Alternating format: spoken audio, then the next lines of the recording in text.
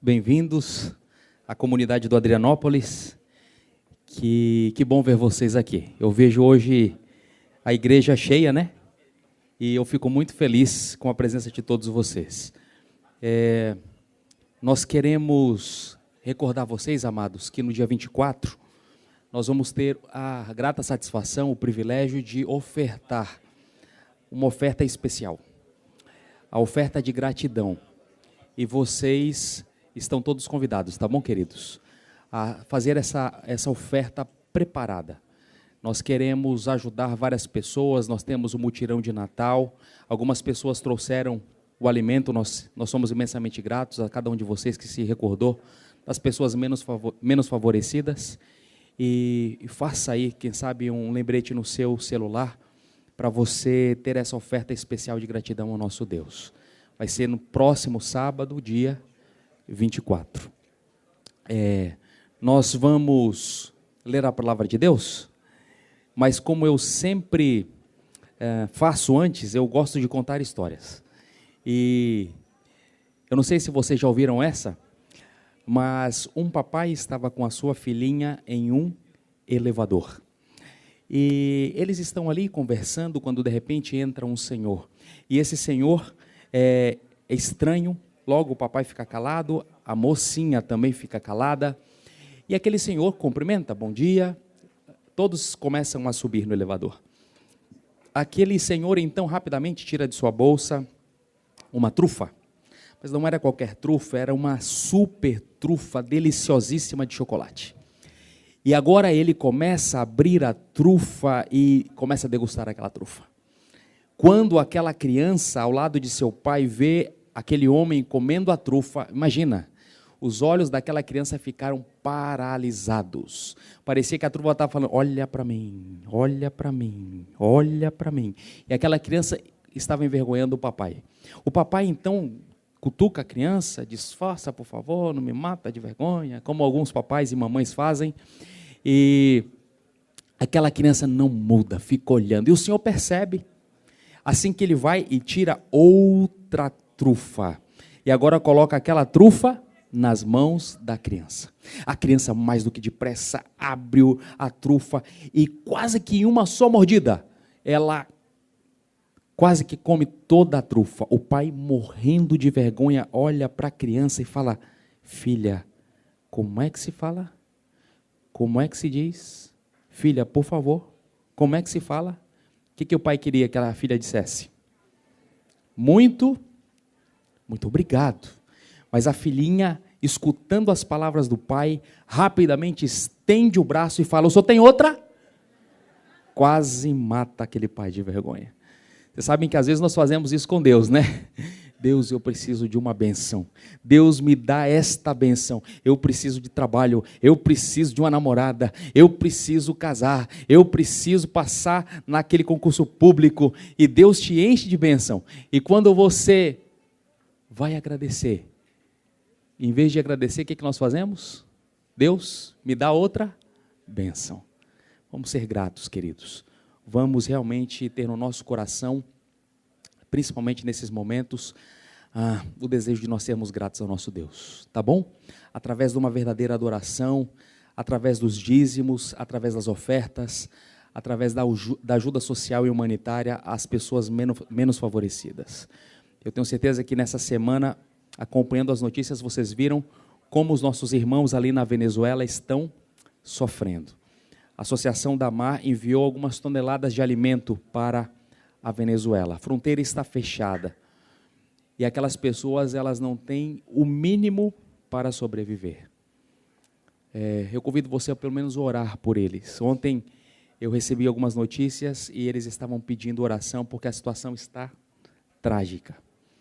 Eles são os nossos irmãos. Talvez nesse exato momento eles estão lá na igreja deles com o coraçãozinho apertado. E com a barriguinha vazia, orando a Deus. Vamos orar e interceder para que Deus possa libertar um país que está tão próximo do nosso país, mas que vive em situações como o da África. Eu vivi lá até esse ano, estive 3 anos lá. E me dá muita dor no coração saber que aquele país foi tão rico e hoje está na miséria. Antes de abrir a palavra de Deus, Vou pedir para você fechar seus olhinhos, tá bom? E nós vamos conversar com Deus. Pai de amor, nós estamos aqui nesse ambiente que muitas vezes é usado para shows e espetáculos humanos, para honrar e glorificar o teu santo nome. E nós suplicamos que os teus santos e poderosos anjos possam estar aqui ao nosso redor. Nós suplicamos também que o Deus Espírito Santo possa ser derramado sobre nós, e que nós possamos sentir o Deus Espírito Santo se movendo, tocando nossa mente, habitando em nossos corações. De maneira especial eu te peço para que o homem se cale nesse momento e para que tu fales através de tua santa e poderosa palavra. Que o Senhor nos recorde, meu Deus, que temos muitas pessoas necessitadas, carentes, e nós temos tanto, meu Deus. Tu nos has cuidado e nos has dado muito para que nós possamos ser bênção na vida daquelas pessoas que não têm. Nos recorda na próxima semana de ofertar essa oferta de gratidão, de trazer alimentos e de intercedermos pelos nossos queridos irmãos que padecem. De maneira especial eu oro pelos irmãos da Venezuela, pelos nossos queridos irmãos da Síria, por pessoas que estão sofrendo e padecendo fruto do pecado. Que o Senhor seja o nosso libertador, o nosso redentor, meu Deus. Te peço essa bênção, crendo que nós vamos recebê-la, pois nós oramos no nome de Jesus. Amém. Abra a Bíblia, por favor. O seu smartphone, o seu celular. Abra no livro de Lucas, tá bom? Meu querido, minha querida. Vamos ao livro de Lucas. E você vai ao capítulo 15, lá do livro de Lucas. Uma das histórias talvez mais conhecidas. Mas nós vamos ter uma aplicação especial para esse momento de Natal. Nós temos aí 3 parábolas. E elas vão do crescente ao decrescente. De uma grande quantidade até um ser único. Eu vou pedir para você ir para Lucas 15, a partir do versículo 11, tá bom? Lucas 15, versículo 11. Parábola do filho pródigo. Vou ler com você então. Continuou, certo homem tinha 2 filhos. O mais moço deles disse ao pai: Pai, dá-me a parte dos bens que me cabe. E ele lhes repartiu os haveres. Passados não muitos dias, o filho mais moço ajuntou tudo o que era seu, partiu para uma terra distante e lá dissipou todos os seus bens, vivendo dissolutamente. Depois de ter consumido tudo, sobreveio àquele país uma grande fome, e ele começou a passar necessidade.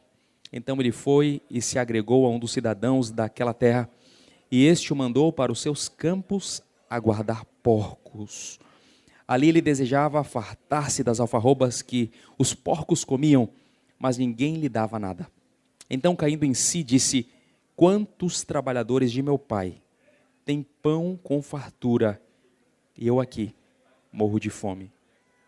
Levantar-me-ei, irei ter com meu pai, e lhe direi: Pai, eu pequei contra o céu e diante de ti.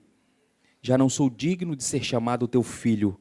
Trata-me apenas como um dos teus trabalhadores. E levantando-se foi para seu pai. Vinha ele ainda ao longe, quando seu pai o avistou e, compadecido dele, correndo, o abraçou e o beijou. E o filho lhe disse: Pai, eu pequei contra o céu, e eu pequei contra o Senhor. Já não sou digno de ser chamado seu filho. Porém o pai disse aos seus servos: Rápido, trazei-me a melhor roupa, vesti-o, ponde-lhe o meu anel em seu dedo e sandálias nos pés. Trazei também e matai um novilho cevado, comamos e regozijemo-nos, porque este meu filho estava morto e reviveu, estava perdido e foi achado. Sabe, queridos, dentro da cultura judaica não existia pior situação do que essa do filho pródigo. Jamais o filho mais moço deveria pedir a herança. A verdade é, a herança não pertencia ao filho mais moço. Todos nós sabemos que, segundo as leis judaicas, quem recebia a maior parte do quinhão hereditário era o filho primogênito. Mas o filho mais moço chega diante de seu pai e, literalmente, em essas palavras, dentro das traduções e do contexto, ele diz: Pai, já que o senhor não morre, já que o senhor está velhinho e não morre, Pai, eu não aguento mais esperar por sua morte. Pai, dá-me a parte que me pertence. Interessante que aquele pai era com seu suor, com seu esforço, com seu trabalho, com anos de luta, ele havia adquirido todos os seus bens. Ele não devia absolutamente nada a nenhum de seus filhos. No entanto, aquele filho, de maneira ousada, diz: pai, dá-me a parte que me pertence. Que insensibilidade. Aquele pai, obviamente transtornado, ferido e magoado, ele divide o quinhão hereditário entre os dois filhos. Eu não sei se você percebeu no texto, não foi só o filho mais moço que recebeu a sua parte. O filho mais velho também recebeu a sua parte. Pedir isso para um pai vivo era algo extremamente ofensivo, ao ponto que a sociedade judaica, primeiro, iria expulsar aquele filho da comunidade. Depois eles iriam dizer àquele filho para que ele nunca mais voltasse à comunidade. E eles pegariam pedras e possivelmente eles iriam apedrejar aquele filho. Se não bastasse isso, deveria o pai, no momento da ofensa, dar um tapa no rosto de seu filho. Tal era a ofensa, não somente contra o patriarca, mas contra todos os valores e os princípios judaicos. No entanto, aquele pai pega os bens que não deveriam pertencer a seus filhos e distribui entre os dois. O filho mais moço rapidamente sai de casa e, como nós sabemos, ele passa a viver dissolutamente. E a palavra de Deus fala que ele gasta aquele dinheiro com mulheres, com prostitutas. Agora ele estava vivendo os prazeres que ele não tinha em sua casa.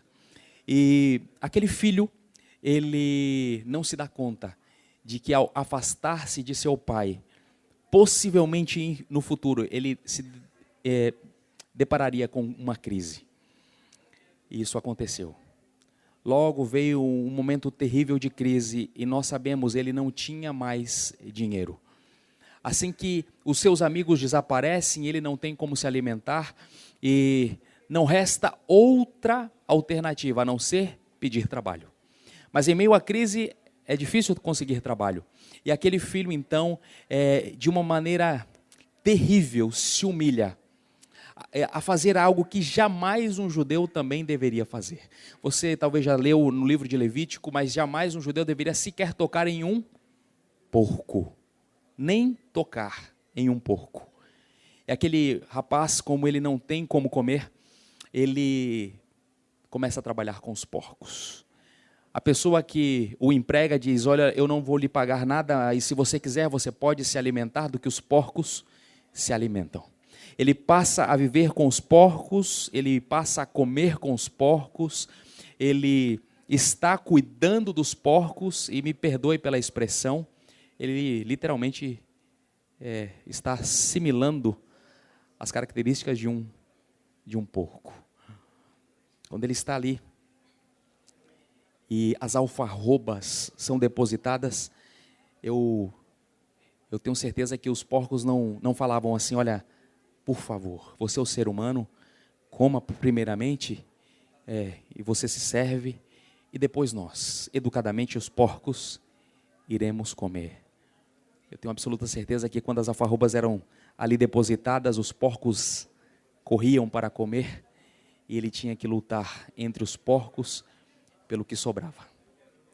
Sabe, meus amados, todas as vezes que nós nos afastamos de Jesus, essa é a situação em que nós nos encontramos.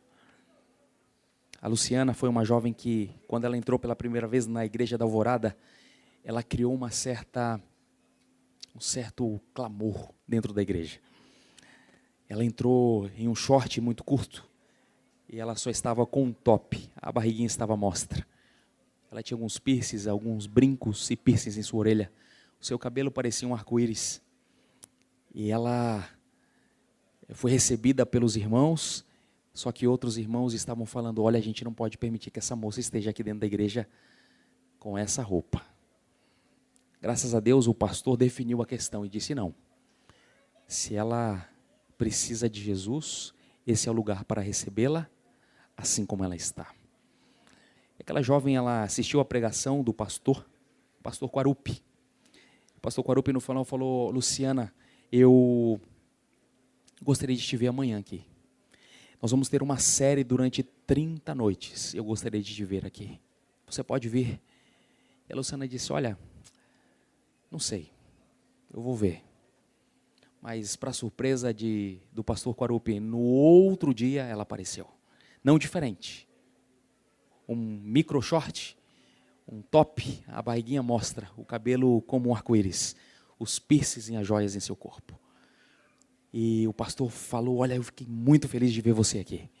E ela esteve vindo durante todas as noites. Ela estava escutando a mensagem. E o pastor às vezes falava: olha, Luciana, talvez tu já procuraste as respostas em todos os lugares e tu não encontrou. E é por isso que você está aqui. Faltando 2 noites para terminar aquelas 30 noites de estudo da palavra de Deus, a Luciana não apareceu. O pastor sentiu a falta dela e perguntou a uma amiga onde ela morava. E ele disse: olha, aqui próximo, vamos lá. Assim que eles foram até lá, e quando lá chegaram, era uma casa bonita, uma casa de pessoas que têm posses. E o pastor ficou se perguntando por que Luciana se veste tão mal e aparentemente tem tanto dinheiro. Quando abriram a porta, o pai atende e ele fala: olha, eu sou o pastor Quarupi, a sua filha esteve durante 28 noites na igreja. Gostaria de saber o que aconteceu, porque hoje ela não foi. Eu poderia conversar com ela? E o pai disse: o senhor não vai entrar em minha casa, o senhor não pode conversar com ela.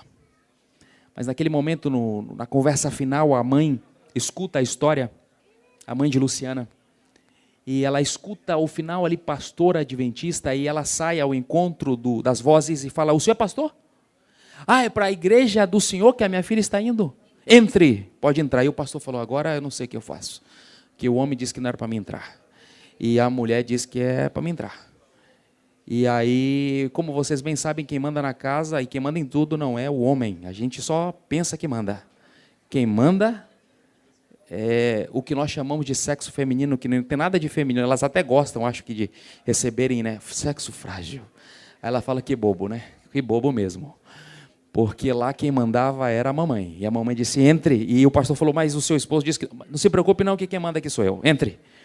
E ele entrou. E quando ele entrou, ele disse: eu poderia falar com a Luciana? E ela disse: olha, o senhor, está vendo o corredor? Lá naquela porta está a Luciana, o senhor pode ir lá. E aí o pastor deu um passo, e quando ele deu um passo, o pai falou: mas você vai deixar ele entrar no quarto da menina? E o pastor recuou. Opa, ele é pastor. Pode ir lá, pastor. E o pastor falou: ela que manda, né? Então. E ele foi. E quando ele entrou no quarto, ele ficou muito triste, porque ele viu a Luciana nua, desmaiada, deitada sobre o próprio vômito.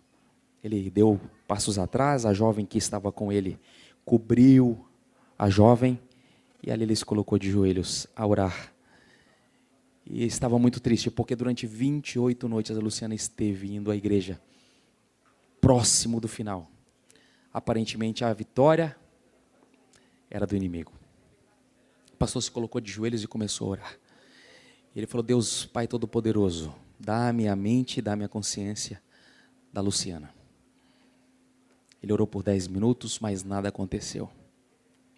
20 minutos e nada acontece. 30, 40, 1 hora. A Luciana continuava desacordada. E o pastor, ele literalmente saiu da esfera da oração e começou uma luta com Deus.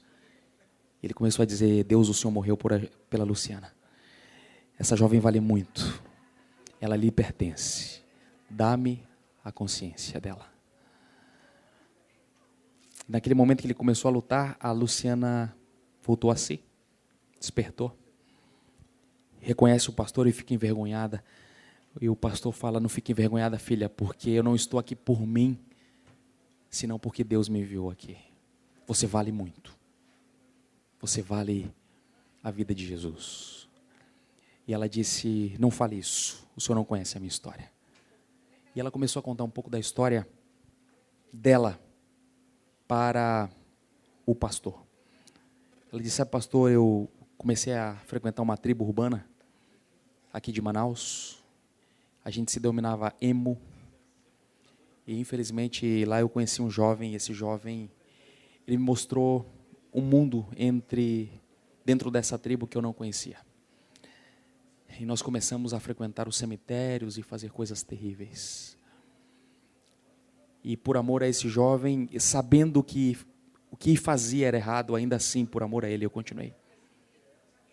Chegou um momento que eu tive certeza que havia pecado contra Deus de tal maneira que Deus não poderia me perdoar. E eu fugi de casa. Eu comecei a morar com eles como hippie na Praça da Polícia. Desapareci, meus pais ficaram desesperados, me procuravam. E um belo dia, quando eu estava lá na Praça da Polícia, eu vi um homem caminhando. Caminhava como um homem que eu conhecia, se portava como um homem que eu conhecia. Tinha um aspecto de um homem que eu conhecia. E quando se aproximou de mim, eu reconheci que era meu pai. Meu pai estava saindo à minha procura e me buscava por toda Manaus. Quando me encontra, me abraça, me beija e tenta me levar para casa. Mas eu não queria. Eu preferia a imundície, a sujeira, os meus amigos. Eu preferia estar ali, morando em uma praça, do que no conforto de uma casa. E com muita luta, meu pai me leva para casa e me interna depois em uma clínica para recuperação de drogados. Mas eu fugi. Mais uma vez o meu pai sai em busca. E ele me encontra, e agora num ato de desespero, ele vende um carro e uma casa. E me leva para uma das clínicas mais caras do Brasil, no estado de Goiânia, para recuperação de drogados. Eu fiquei algum tempo ali, mas eu também fugi. E quando eu fugi, como eu não tinha como me manter, eu comecei a me prostituir. Era a única maneira para manter o vício, era a única maneira para me alimentar. Eu vim me prostituindo de estado em estado, até que eu cheguei em Rondônia, e um belo dia eu pensei, eu vou voltar para Manaus. E ela tomou um barco, ela não tinha condição de pegar um avião, e veio de barco até Manaus. Quando aqui chegou, ela se reencontra com antigos conhecidos, que viviam na Praça da Polícia, e volta outra vez a viver ali.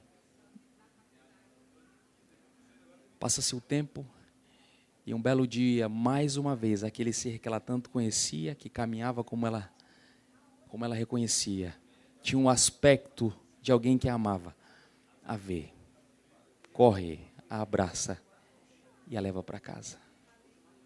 E quando o pastor chegou na sua casa, ele via que a casa tinha tudo, mas o quarto da Luciana não tinha absolutamente nada. E que toda a casa, ela tinha grades e era trancada com cadeados. Porque se a Luciana tivesse acesso a alguma coisa, ela corria e vendia. Ela chegou a dizer para o pastor que por R$5 ela foi capaz de se prostituir. O jovem filho pródigo, ele queria os prazeres desse mundo. Ele queria sair de sua casa. Ele queria aventurar-se e viver coisas que ele jamais foi capaz de viver na casa de seu pai. Ele só não sabia das consequências.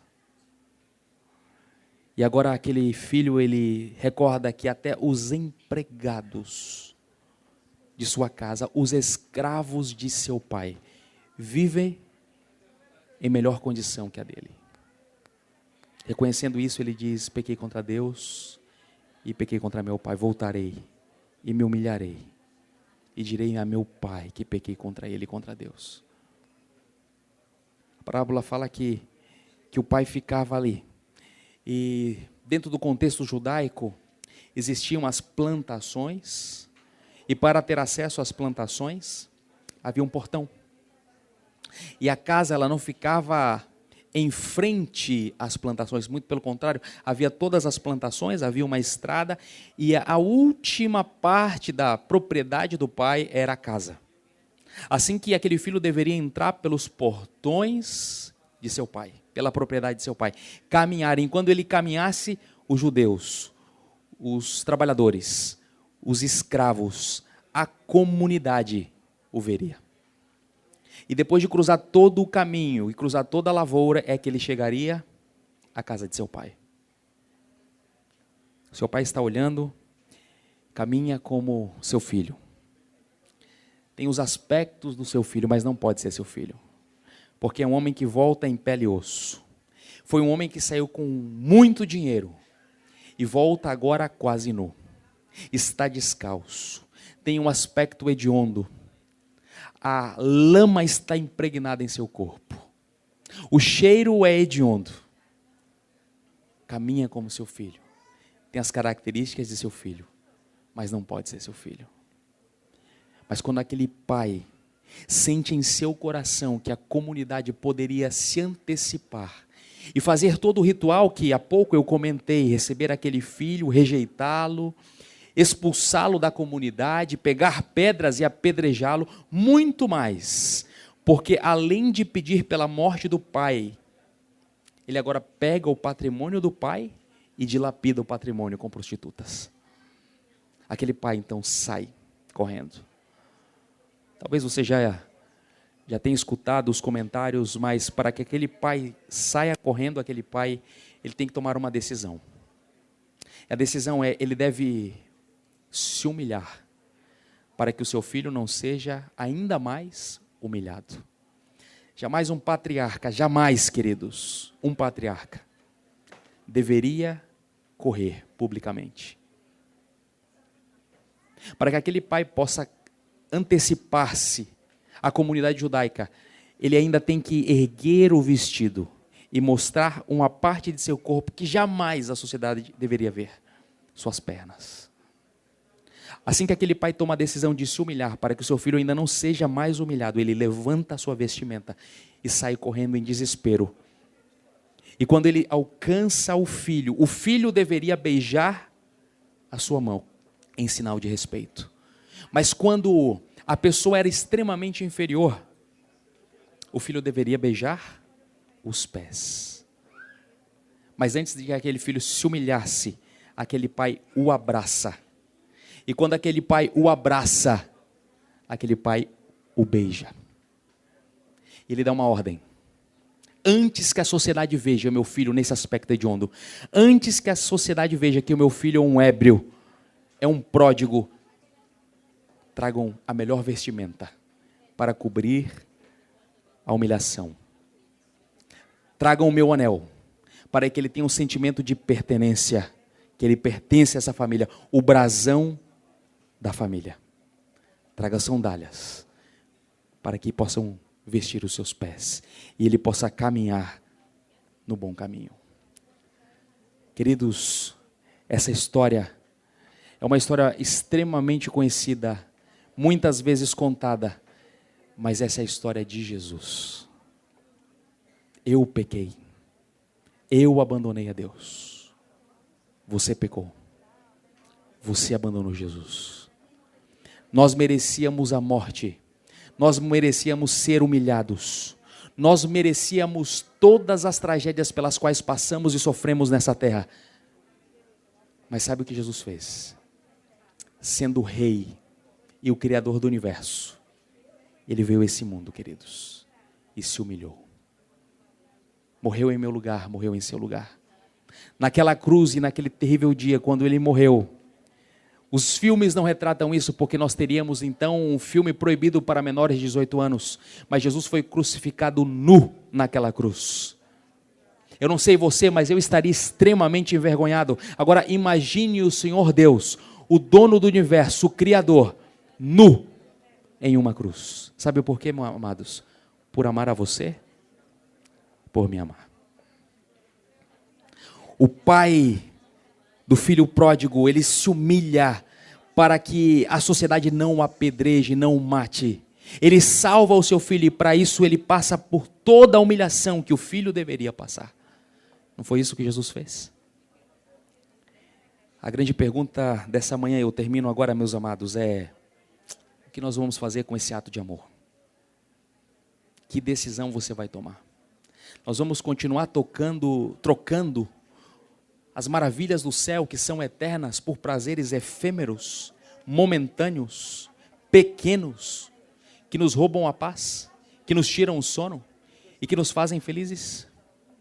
É isso que você quer viver? Eu não quero viver. O meu pedido nessa manhã é para que Jesus possa, meu amado, habitar em meu coração e em seu coração.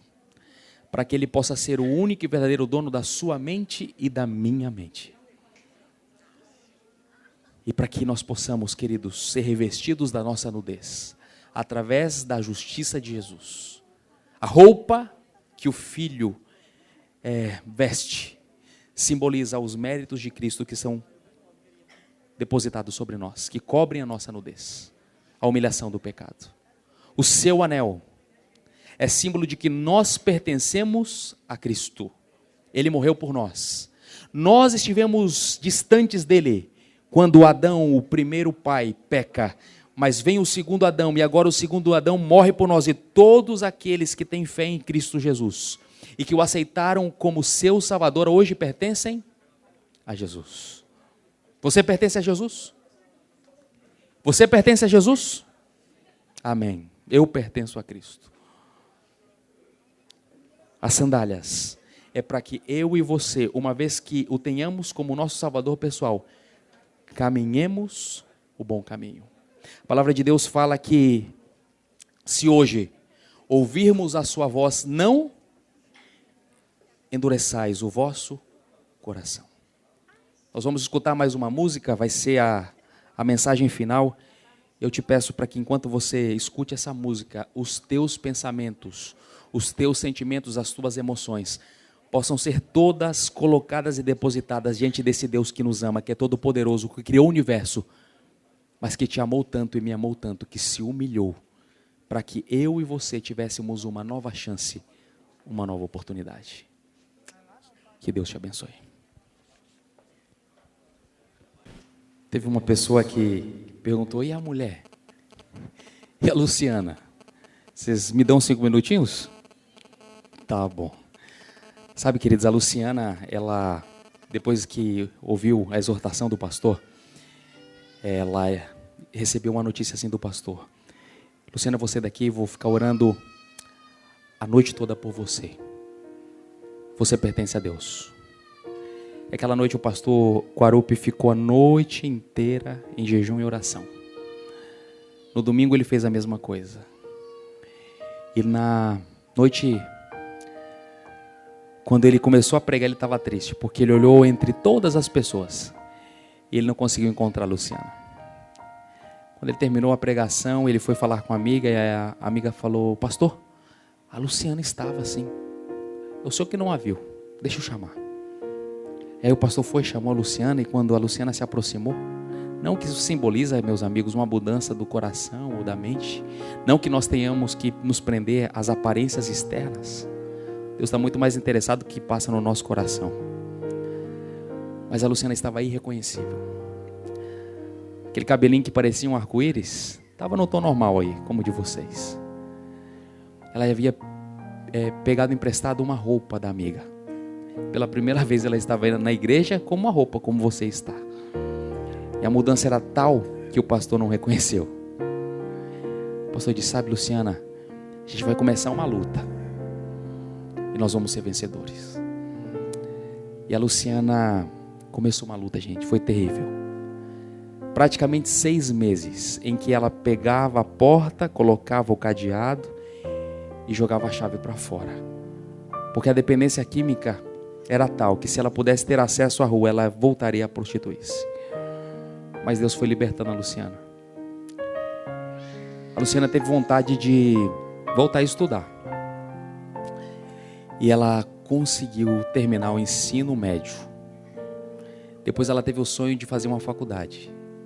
Ela pensava, meu Deus, mas eu torrei os meus neurônios. Ela pediu sabedoria, pediu inteligência, fez um cursinho. E começou a passar e começou a estudar na UFAM a contabilidade.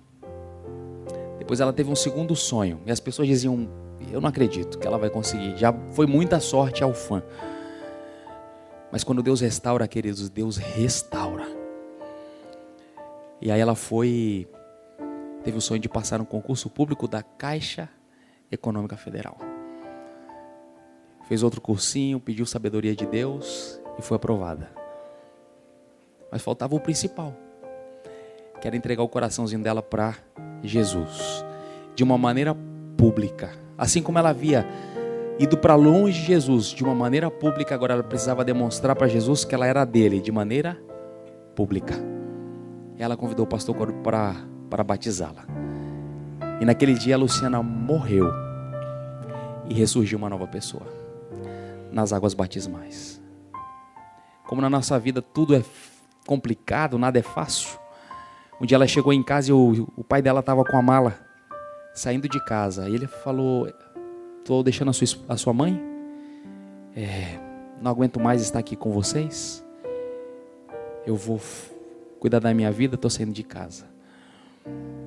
E a Luciana ameaçou o pai: se o senhor colocar o pé aqui para fora de casa, se o senhor abandonar minha mãe, me deixar, eu vou voltar a ser o que eu era. Coitado daquele homem, aquele homem era mandado por mulher, porque do jeito que ele estava com vontade de sair, ele voltou. E ela falou bem assim: tem uma regra aqui em casa agora que vai ser culto de manhã e culto de noite. Mas minha filha, eu não sou crente. Culto de manhã, culto de noite, senão eu fico doida de novo. Tá bom, culto de manhã, culto de noite. Ainda vai ter um negócio chamado PG. O que é isso, minha filha? Só vai descobrir. Toda noite vai ter um negócio de PG aqui em casa, assim, uma vez por semana. E começaram culto de manhã, culto de noite e PG. E o tempo passou. A Luciana foi para a igreja lá da Alvorada e um dia ela está lá, o pastor Quarupi estava de novo lá. Ela abraçou o pastor e ficou feliz. E naquele dia ela teve uma linda surpresa. Duas pessoas que ela tanto amava fizeram uma surpresa para ela com o pastor que havia batizado. O papai e a mamãe dela apareceram lá no tanque batismal e naquele dia também morreram, para surgirem pessoas novas. Esse é o poder do nosso Deus, queridos. Grandiosa é a graça, imenso é o amor, não conhece limites. Não importa o que você tenha feito, não importa o que eu tenha feito, Deus nunca vai deixar de nos amar. Como não aceitar esse amor? Como não nos entregar de braços abertos a esse Deus que sempre nos busca? Que Deus possa, mais uma vez, aí tomar conta do seu coração, da sua mente e viver para sempre em nós. Você quer ficar em pé para a gente orar? Vamos buscar o nosso Deus em um último ato de oração. E não se esqueça, amado, sábado que vem, nós queremos tomar esse auditório. Você tem aí a incumbência de trazer um amigo, para que a gente possa ter um culto ainda mais lindo e mais maravilhoso, nesse ambiente que é usado para tantas outras coisas, que não adoração a Deus, para que nós possamos adorar a Deus aqui. Maravilhoso Deus, muito obrigado porque o Senhor não poupou o seu único filho, seu amado filho, Cristo Jesus, e o entregou para morrer por cada um de nós. Nós não merecemos tal amor, mas nós estamos aqui, Pai, com o nosso coração grato a Ti, por essa linda oferta. É pelos méritos de Jesus, meu Deus, que nós podemos ter os nossos pecados perdoados. Pelos méritos de Jesus que nós podemos reviver e renascer e sermos novas criaturas pelo seu poder. Não importa o que nós fizemos, podemos deixar o passado no passado e seguir em passos firmes, tomados de sua mão, para as bênçãos maravilhosas que o Senhor tem preparado para cada um de nós. Recorda-nos, meu Deus, de trazermos um amigo, um querido amigo que talvez não iria a uma igreja tradicional ou convencional, mas que sim poderia estar aqui entre nós, num auditório, em um shopping.